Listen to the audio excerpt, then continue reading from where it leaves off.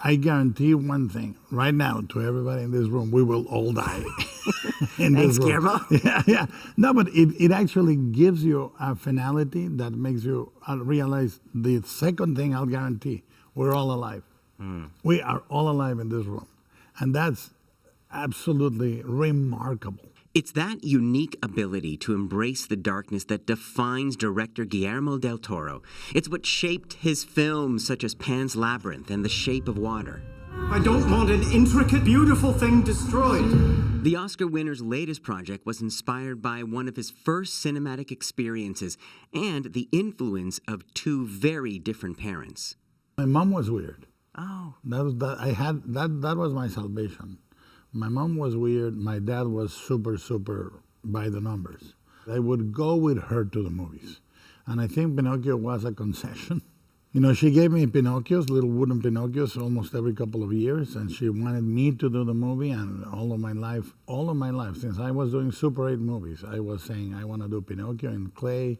And she would identify with, we bonded over Pinocchio. In the story of the wooden boy, Del Toro saw himself, someone who just didn't fit in, and the story stayed with him.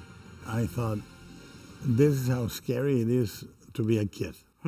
This is somebody that understands how you can view the darkness from a child's point of view. For his version of the Italian fable, Del Toro has zeroed in on the darkness he felt in the original.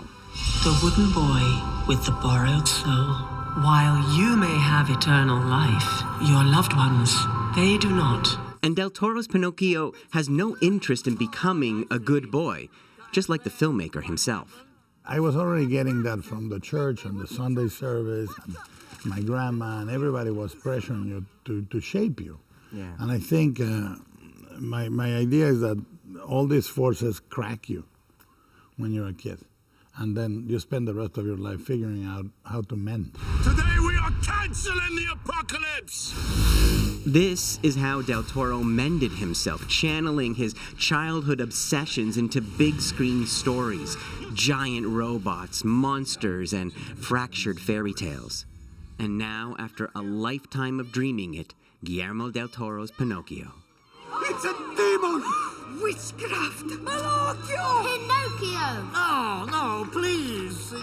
It's a puppet. You realize, Guillermo, there are people who are going to just click this on Netflix, and they're going to expect something very different. Yeah. And I think sorry. You are but you are challenging, I think, expectations. Yeah. And certainly even we think Pinocchio, we think, okay, this is a children's film. Do you think we don't challenge kids enough that they need more high stakes and darkness and all of that stew that I can only answer for myself. Yeah.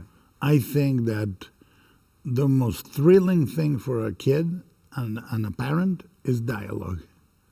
You're going to have a conversation after this. Yeah, after this movie, when the reason it took 15 years to make is for 10 or 11 years, they would say, is it for kids? And I would say, not made for them, but they can watch it if their parents talk to them, right? And that's a very different, you're going to have a conversation about life, death, about parenthood. It actually allows the kid to ask questions of the parent. Why was Geppetto like this or this and that? But it was not made for kids. It was made to stand next to Devil's Backbone and Pan's Labyrinth. And as he challenges audiences, he challenged himself, insisting on stop-motion animation. In a studio in Portland, animators slowly brought his vision to life, working for days for just a few seconds of footage.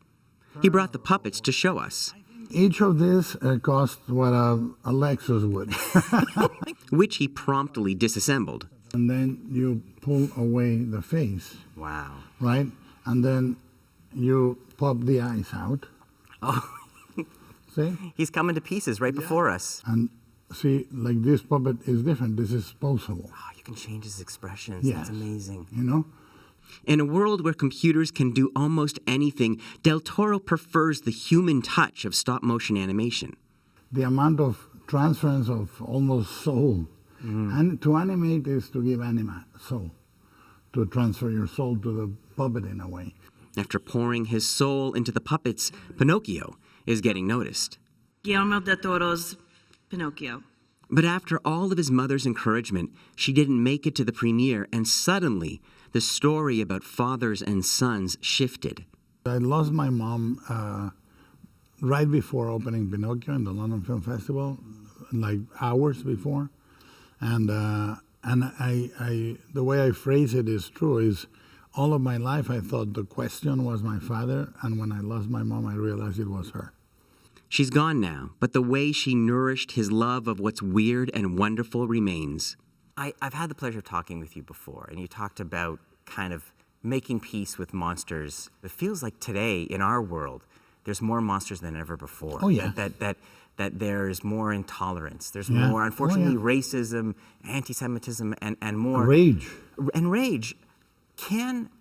What can monsters teach us? Well, humanity is sort of in the middle of a massive cosmic tantrum, right? It's a tantrum. I think the only thing we can say that can save us is a dialogue with the darker parts of ourselves.